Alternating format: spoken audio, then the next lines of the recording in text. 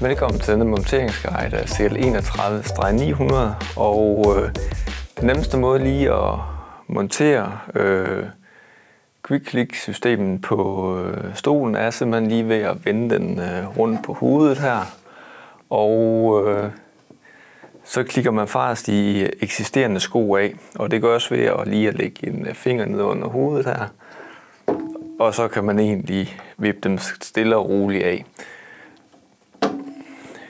De kan være strammere at vippe af, men ellers så må man lige prøve at tage eventuelt en tang i brug, og så få dem kringet hen over kuglehovedet.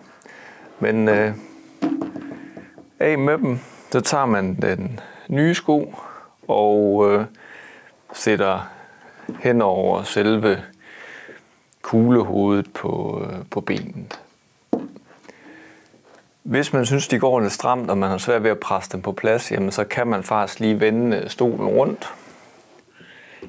Sådan her. Og så tager man simpelthen lige sin filtsko, eller nye filtsko, så tager man lige og trykker den på plads ned i selve skoen her.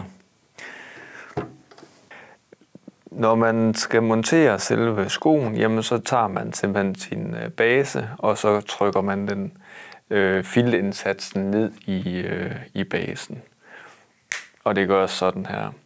Den kan gå stramt, så det kan godt være, at man lige skal tage en tang og klemme omkring selve basen og filtindsatsen. Men det kan lade sig gøre. Når man så på et tidspunkt skal have skiftet sin filtindsats, jamen så tager man simpelthen en skruetrækker og sætter ned i den lille slids, der er i kanten af møbelskoens base, og så sætter man skruetrækkeren ind og vipper ud, og så kan man faktisk tage filtindsatsen ud igen og sætte en ny en i. Det var en kort gennemgang af, hvordan man monterer CL31-900.